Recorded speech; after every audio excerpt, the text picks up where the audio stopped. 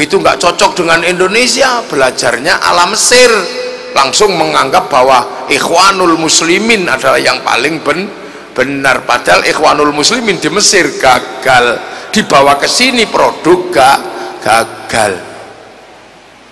Kalian kalau anti bendera la ilaha illallah, kalian anti la ilaha illallah. Enggak Kang, aku tahlilan ya la ilaha illallah.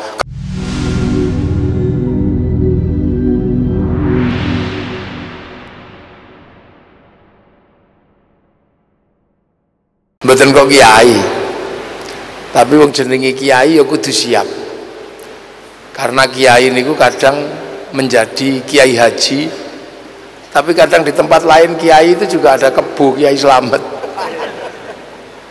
ada tombak Kiai Pleret, keris Kiai Sengkelat. Jadi kiai itu simbol masyarakat di Jawa, terutama Nusantara ini, tentang bahwa seorang ulama harus mampu menjadi bagian dari proses yang ada di tengah masyarakat apapun bentuknya. Makanya ulama itu diturunkan ke titik kiai agar bisa mewakili kebo Kiai Slamet, agar bisa mewakili tombak Kiai Pleret. Nah, yang punya inisiatif seperti itu sebenarnya dulu ya orang Surabaya. Ini yang ngatur kayak begitu kiai kok mestinya syaikhun, ustadzun, mestinya kan begitu. Wong ini yang ngomong agama Islam kan syaikhun, ustadzun. Tapi grade-nya itu dimasukkan ke sistem budaya menjadi kiai. Yang ternyata kiai itu nggak cuman menungso, ada kebo ya Kiai Slamet, ada tombak Kiai Pleret. Nah, yang ngerjain itu siapa? Kok tiba-tiba terus kiai itu mestinya punya musola, dadine punya langgar, mestinya sholat dadi sembahyang. Nah, yang punya inisiatif kerjaan kayak begini ini siapa sebenarnya dulu? Ya orang Surabaya. Orang Surabaya itu yang punya kerjaan ini. Namanya Raden Rohmat, yang kita kenal dengan sebutan Sunan Ampel, yang sekarang kita masukkan dalam ziarah Wali Songo. Ziarah Wali Songo. Nah, inisiatif ini ya orang Surabaya. Ya Mbah Ngampel itu yang waktu itu harus menghadapi bagaimana orang Islam ini bisa ketemu dengan orang Buddha, orang Hindu, hidup dalam satu bangsa besar negara namanya Majapahit. Nah, itu pusat peradabannya dulu ya, mulainya dari Ngampel Dento itu, sampai akhirnya yang mondok di situ bikin duplikasi di Sulawesi namanya Datuk Ribandang yang bertempat di Gunung Bawakaraeng. Santri yang mondok di situ bangun peradaban di Jawa Tengah namanya Raden Fatah, bikin kerajaan Demak. Santrinya lagi ada yang pindah ke Kalimantan yang menduplikasi sistem itu di Kalimantan, namanya Khatib Dahyan, yang menginisiasi berdirinya kerajaan Banjar. Murid pondok pesantren Ngampel ada yang bergerak ke Palembang, namanya Aryo Abdillah atau Aryo Damar, yang menduplikasi sistem ini menjadi sistem yang ada di Sumatera. Jadi sebenarnya Surabaya ini ya awalnya orang mondok, makanya saya kadang tidak terlalu ini oleh orang sekarang. Makanya kalau disebut kiai itu jangan terlalu bangga dulu. Makanya nggak apa-apa tadi disebut Gus Kiai, biar ya, karena kiai ini dari ulama diturunkan ke sistem sosial peradaban Tara, masuk ke kiai yang di situ ada kebo Kiai Slamet, ada tombak Kiai Pleret, ada gamelan Kiai Guntur Madu. Jadi makanya kiai itu harus multidimensi. Jadi biar nggak membid'ahkan, nggak mudah mengkafirkan kiai itu. Nah kalau ustadz nggak apa-apa, dia tidak mewakili sistem peradaban yang ada. Makanya kiai itu santun. Yo, tempat ibadahnya aja langgar gitu kan. Nah makanya peradabannya itu dari sini. Sampai kemudian ada konsep-konsep dasar yang diterapkan oleh Sunan Ampel.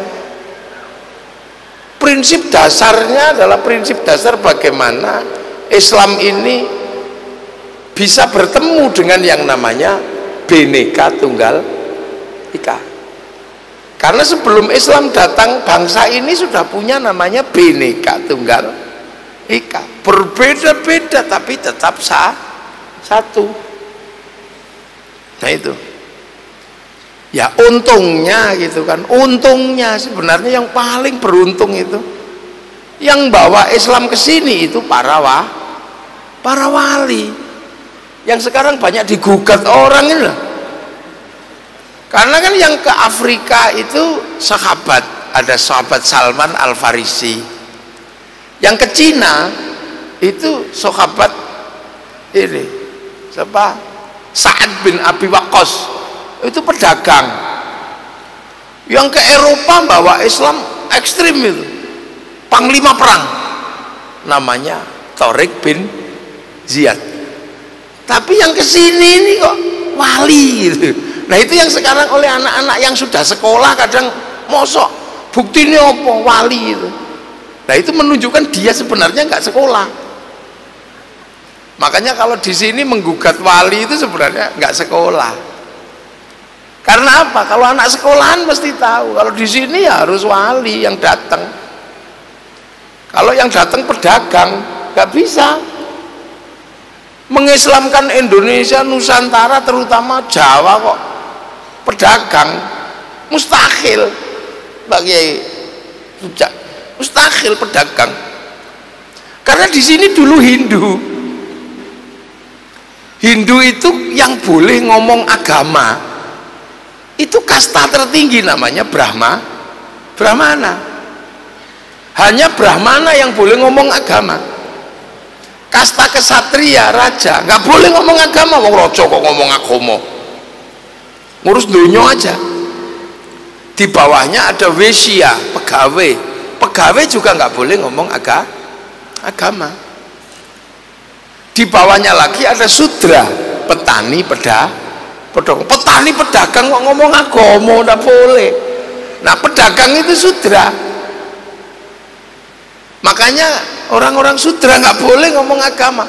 Sekaya apapun itu Pak Edi Torana ini sudra. Kalau dalam kasta, sekaya apapun yang namanya Lem itu sudra dalam kasta, dia tidak boleh ngomong agama. Makanya kalau secara ilmu pengetahuan Islam disebarkan oleh saudagar nggak masuk. Makanya di Barus sana itu dikatakan Islam pertama masuk Nusantara. Orang Islam masuk Nusantara, tapi tidak terjadi pengislaman. Karena apa? Mereka saudagar. Fatimah binti Maimun abad ke-7 sudah masuk, tapi tidak bisa melakukan pengislaman karena Fatimah binti Maimun pedagang di Leran itu. Nah kenapa kemudian Islam bisa diterima? Karena yang bawa itu wali. Wali itu pangkatnya sederajat dengan Brahmana. Sama-sama punya kelebihan. Yang Brahmana punya cakti namanya, yang wali punya karomah. Sakti sama karomah ini loh. Nah ini yang ketemu, sama-sama ngomong agama.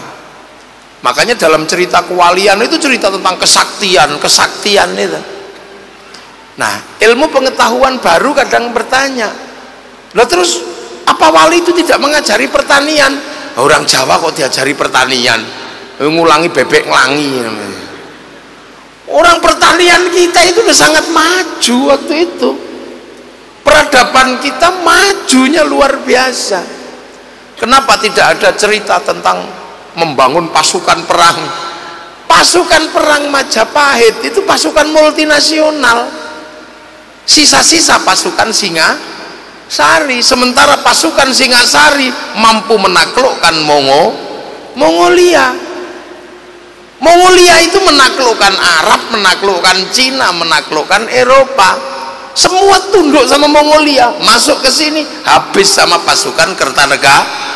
Lo gitu kok diajari perang? Ya wis luwih pinter. Terus diajari tata krama. Orang sini tata kramanya sudah tinggi. Ngomong saomong ada pangkatnya. Ada wong Surabaya pangkatnya turu, ada pangkatnya sare, ada pangkatnya tilem, ada pangkatnya nendro.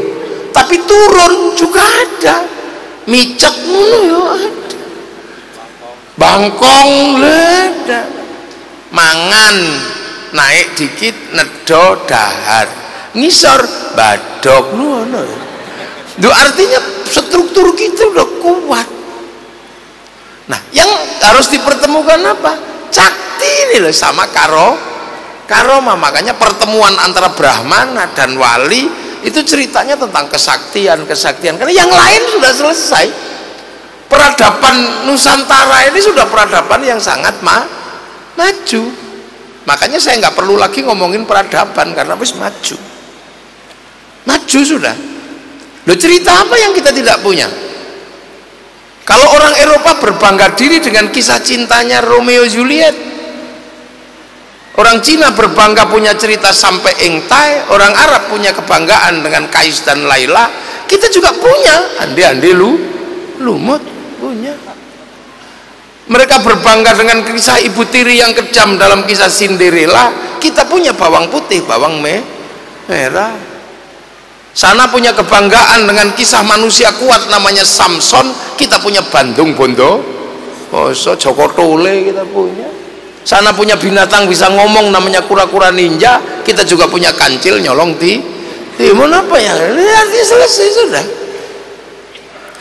Makanya ketika bangsa lain ini punya apa saja kita udah punya. Cina waktu itu datang ke sini bawa keramik. Orang Nusantara udah nggak mau, apa itu keramik? Kita sudah logam. Orang Cina masih keramik, masih gerabah. Majapahit itu sudah logam. Kalau habis makan piringnya dibuang di segoro anaan udah. Buktinya apa? Nah, itu terlihat di alat musiknya. Orang Arab alat musiknya masih terbang, kayu sama kulit. Orang Cina alat musiknya sitar, kayu sama tali. Orang Eropa gitar, kayu, tali. Bangsa kita punya alat musik gamelan. Artinya apa? Dari logam. Hanya bangsa yang menguasai ilmu pertambangan yang maju dan penguasaan metalurgi yang mapan mampu membuat alat musik dari logam. Duh, ini makanya kadang kalau kenapa kita ini wali-wali cerita tentang wali tentang sementara wali sendiri kalau bekerja itu nggak pakai referensi. Jadi kalau orang mau menulis wali ya pusing kepalanya. Wong wali itu nggak pakai referensi. Karena apa? Wali itu kalau butuh sesuatu download. Loh, wali itu download kalau pengen sesuatu. Wali itu nggak takut apa-apa. Inna auliya Allahi la khaufun alaihim walahum. Ya, gue takut apa-apa. Karena apa? Tahu program dunia ini seperti apa, wali tahu. Karena apa? Download. Dekengan pusat.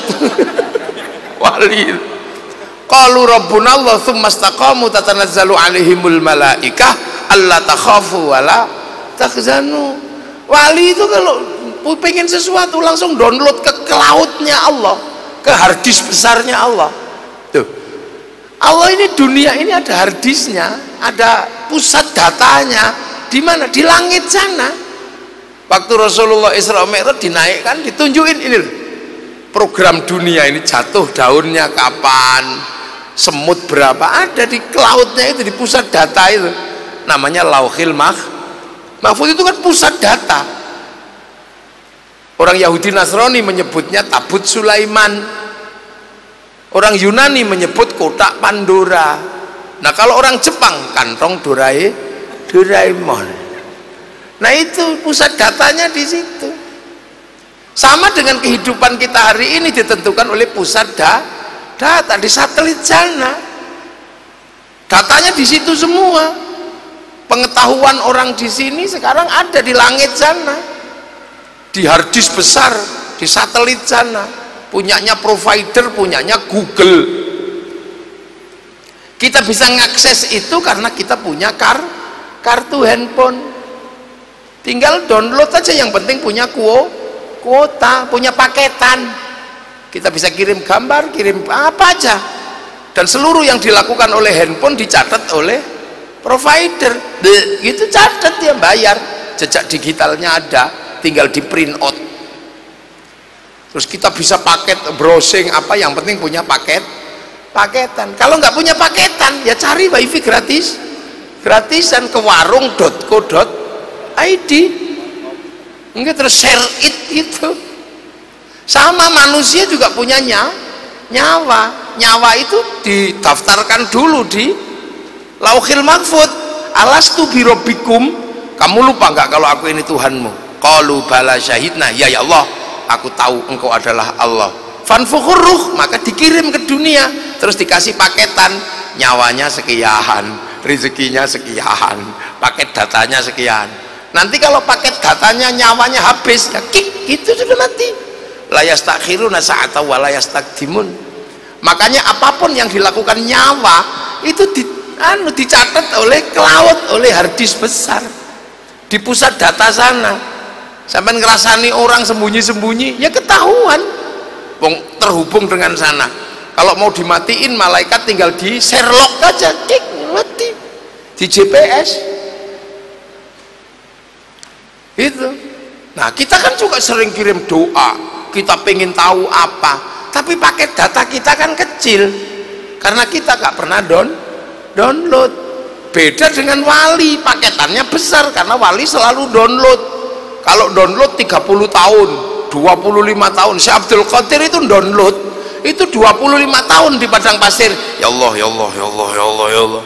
Sunan Kalijaga 3 tahun, Sunan Geseng 3 tahun, Joko Tingkir 5 tahun. Maka wali-wali itu paketannya besar. Kita nggak punya paketan karena kalau diajak download langsung tidur. Ya Allah, ya Allah, ya Allah, ya Allah, ya Allah, ya Allah, ya Allah, ya Allah, yang geringgingan, ya Allah, alah suwene gitu. Nah sementara kita suka kirim sana kirim sini. Makanya kita ini diajarkan, kalau kamu nggak punya paketan, cari wifi gratisan. Makanya kamu kalau nggak punya paketan data, pakailah wifi gratisannya Nabi, wifi-nya wali. Kalau di sana .co.id, di sini ila ruhi ila hadrati. Kalau di sana disebut free wifi, ini disebut tawassul. Makanya kadang kita cari ke pemancar wifi, ke makamnya Nabi, makamnya wali. Itu sebenarnya apa? Nyari wifi. Untuk apa? Agar doa kita sampai ke wifi-nya, terus kemudian lebih dekat, terus bagi doa wa ila jami'il muslimin wal muslimat wal mu'min al-fatihah bet sak donya kebagian kabeh. Lah ada yang nggak percaya, loh mosok donga iso dibagi?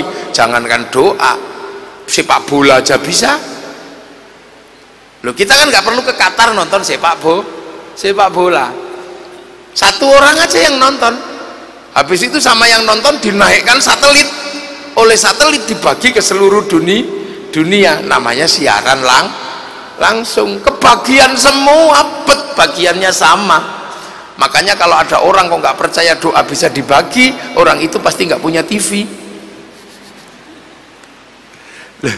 Ini kita berbicara tentang sederhana. Jadi dulu untungnya yang bawa Islam itu para wali, makanya indah Islam di Indonesia ini, karena wali itu download terus butuhnya apa.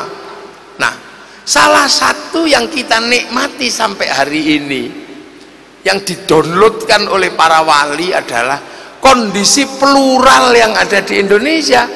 Berbeda suku, beda bangsa, beda agama. Wih, ini kok bisa sampai hari ini jadi satu ini? Ini seluruh dunia mikir. Arab itu satu bangsa, itu pecah puluhan negara. Eropa satu bangsa, pecah puluhan negara. Afrika satu bangsa, pecah puluhan negara. Tapi kita puluhan suku, bangsa, agama mampu bersatu dalam satu negara kesatuan Republik Indonesia. Ini kenapa? Nah, ini ya kerjaannya wali itu tadi. Begitu Islam datang ketemu manusia berbeda-beda suku, bangsa, agama, apa yang dilakukan oleh para wali?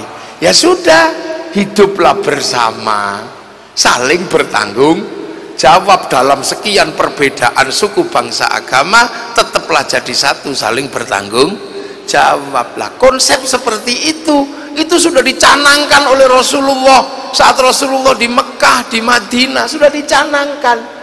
Rasulullah hanya mengatakan sederhana, kullukum ra'in wa kullukum mas'ulun an ra'iyati. Kalian semua adalah para pemimpin, semua nggak pandang bulu, semua adalah pemimpin di levelnya masing-masing, di pangkatnya masing-masing.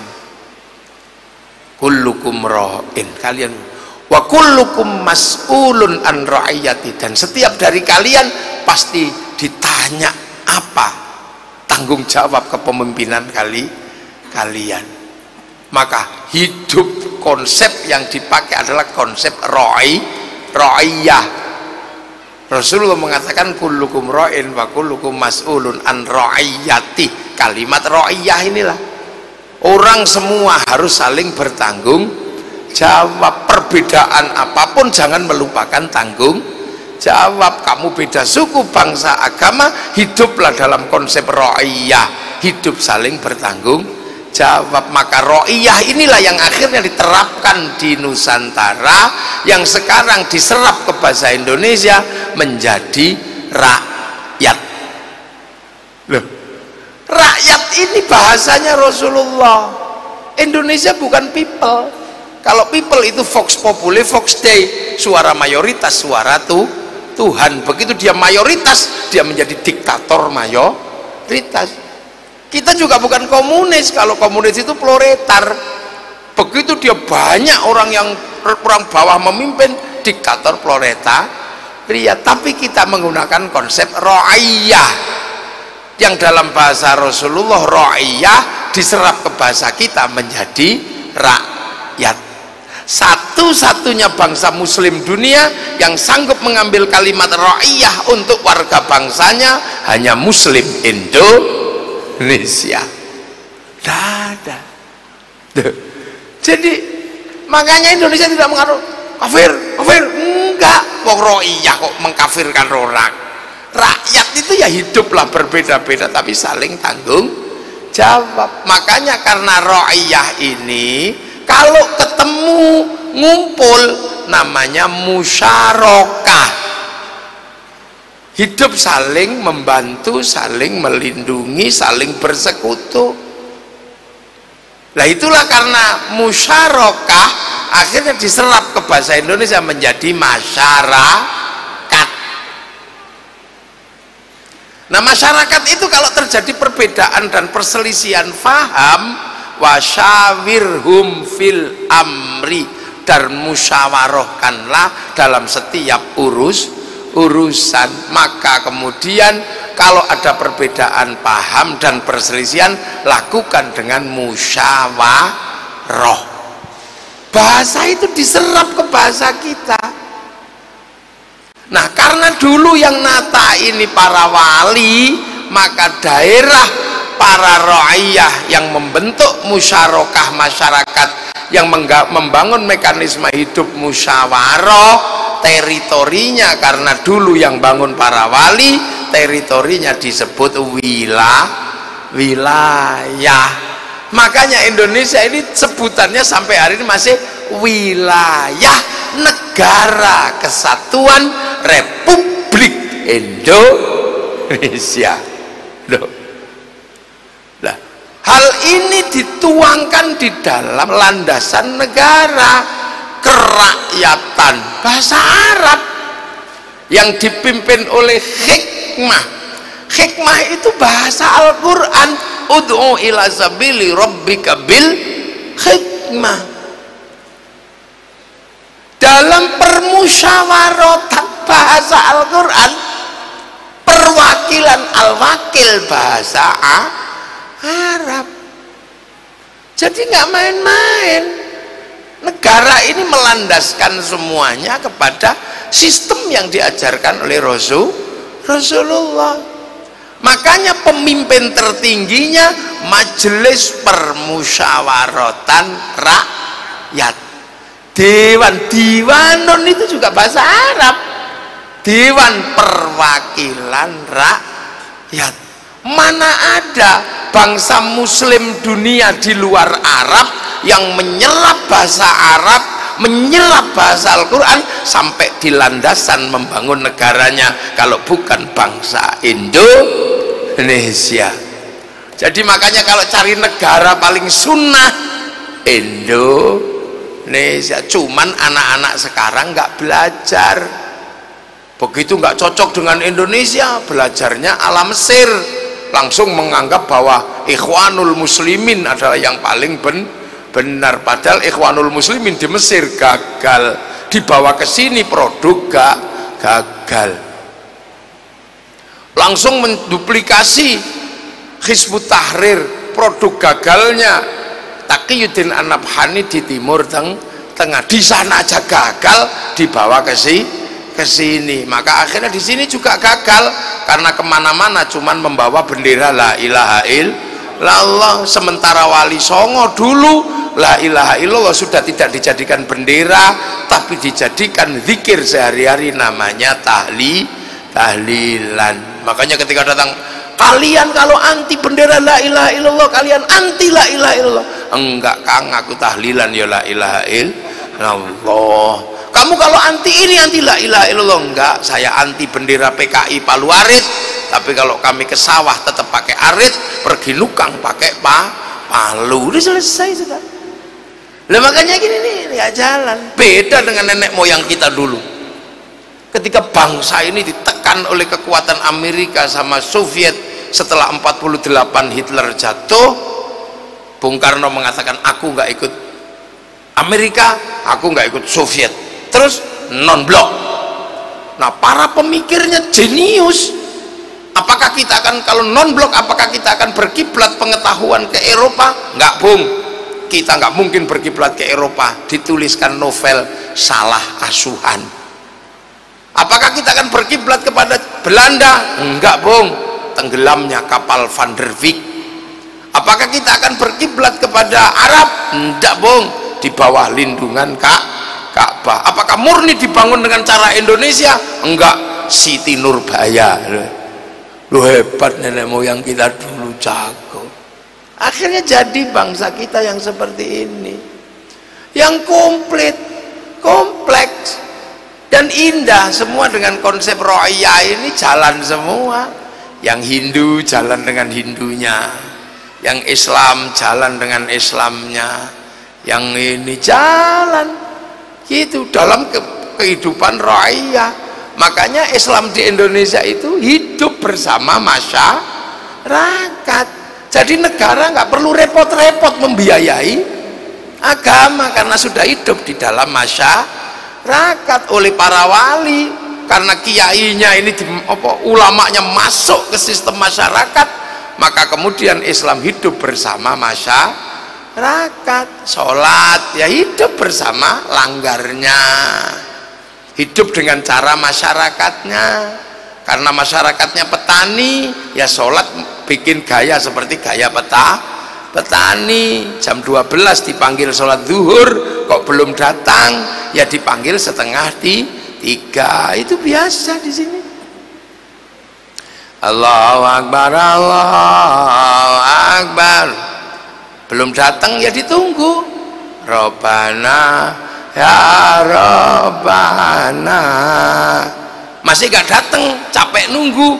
Tombo ati, wong wis pegel ya nambani atine dhewe ya. Nanti kalau sudah nggak datang baru kiainya marah, diuruki jangan datang. Mantumun indahnya akhirnya hidup beragama di Indonesia indah. Sholatnya tetap semua juga bisa sholat, tapi karena Masjid Al-Akbar ini masjid persinggahan, maka sholatnya harus tepat waktu dan jangan lama-lama. Bukan beda, ini masjidnya orang kota. Hidup bersama masyarakat, nabinya hidup bersama masyarakat, bikin ya udah biar inget nabi, masyarakatnya bikin peringatan maulid nabi, hidup aja bersama masyarakat di RT-nya masing-masing, di RW-nya, di kecamatan, di kabupaten, sampai di tingkatan presiden. Cinta Rasul hidup di tengah masyarakat. Akhirnya kalau mulutan semua masyarakat terlibat, pasar bergerak, yang punya tenda-tendanya laku, yang punya soundnya laku, ustadznya laku, koreknya laku, sampai capek ngeladeni pengajian maulid nabi. Uang yang berputar dalam peringatan maulid nabi itu berapa triliun coba. Satu kabupaten itu kalau satu peringatan 100 juta, itu dalam satu kabupaten itu berapa ratus peringatan. Roda berputar, ekonomi berputar. Itu Indonesia. Makanya negara nggak perlu capek-capek bangun maulid nabi. Kalau negara yang bangun bangkrut, anggarannya habis. Kalau di sini biasa, larutan penyegar laku, anggur laku. Kalau yang datang Habib Syekh kain putih laku semua, ya hanana gitu. Kalau yang jenis mafia solawat kain hitam laku semua. Segala yang ada dalam hidupmu jos laku semua. Spanduk laku, slayer laku, foto laku, sampai gagang pancing gitu loh laku untuk gini-gini loh. Ini kehidupan karena apa? Masyarakatnya saling bertanggung jawab pada agamanya, enak. Nah itu hanya terjadi di Indonesia. Coba di tempat lain, seandainya terus bid'ah gitu, yang nanggung negara, bangkrut negaranya. Cinta Rasul itu begitu, dibangun dalam kehidupan sosialnya masing-masing. Terus cara-cara ibu-ibu solawatan, ya cara-cara orang Indonesia.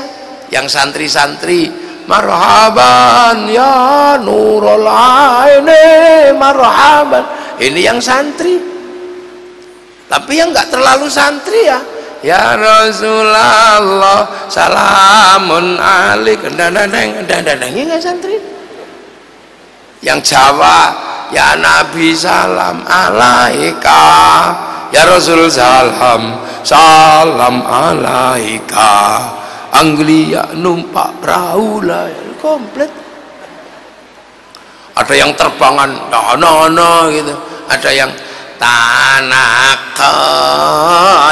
hatawa Banjari. Temukan itu di tempat lain, nggak ada. Hidup bener-bener agama ini bersama masyarakat. Tahu-tahu Pak Edi Torana dari Persatuan Praktisi Hukum Muslim Indonesia bikin kegiatan gini, mbok pikir gratis ini? Enggak, semuanya ada, dia umroh, ada dia apa, itu belum sangune kiai ini itu. Loh iya, termasuk korinya ya berapa loh. Ini hidup di tengah masyarakat, betapa Islam ini dibiayai oleh umatnya sendiri, bertanggung jawab. Orang mati kita masih ngumpul, wong namanya ro'iyah itu hidup saling bertanggung jawab kok. Yang mati kita tanggung jawab, ngibur, bawain selawatan, lu kumpul seminggu ditemani. Terus kemudian setelah itu 40 hari, setahun sekali khol itu masya Allah. Kalau sudah khol itu sampean coba bakul tahu seneng, bakul balon seneng, ayo bakul klutuk-klutuk seneng, apa aja seneng. Roda ekonomi berputar dalam setiap khol. Terus ziarah makam gurunya, ziarah wali, bis pariwisata lah laku. Orang jual nasi nyambut tamunya wali. Yang hidup di sekitaran Ampel, sekitaran Giri, itu berapa ribu orang itu hidup semua dari situ, menggantungkan dari tradisi ziarah makam wali. Lo coba, ayo, sampai copet itu bisa hidup di makam para wali. Lah ini Islam di Indonesia dengan konsep raya. Terus di dalam makam itu coba rukunnya kayak apa di makam itu? La ilaha illallah, la ilaha illallah, la ilaha illallah. Itu yang kiainya tua, yang kiainya muda. Sallallahu ala Muhammad, sallallahu ala Muhammad.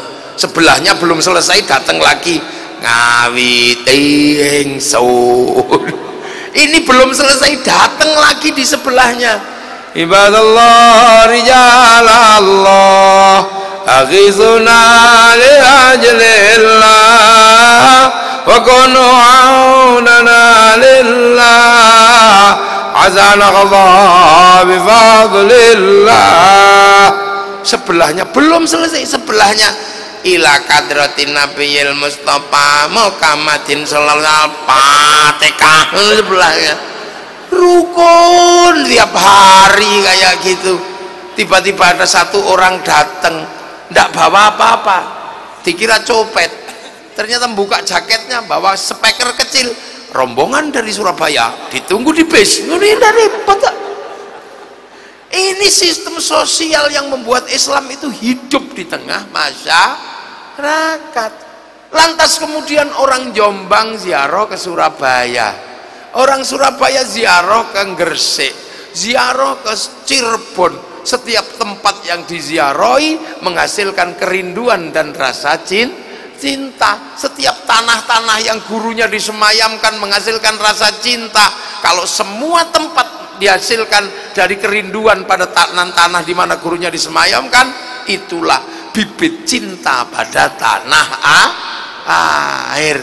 Makanya seluruh teroris yang sering ngebom di mana-mana semuanya tidak suka ziarah, dan tidak satupun teroris yang suka ngebom tumbuh dari masyarakat yang suka ziarah kubur. Lihat aja.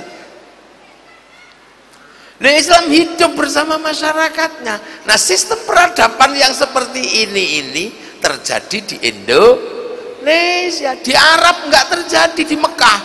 Makanya Mekah itu membiayai agamanya. Matek-matean itu, azan dibayar, ngimami dibayar, semuanya. Makanya kadang yang orang kelamaan di Arab kalau pulang langsung rebutan ngimami, dipikir di sini dibayar, padahal di sini gratisan. Makanya nggak terlalu kuat mereka itu, lama-lama capek.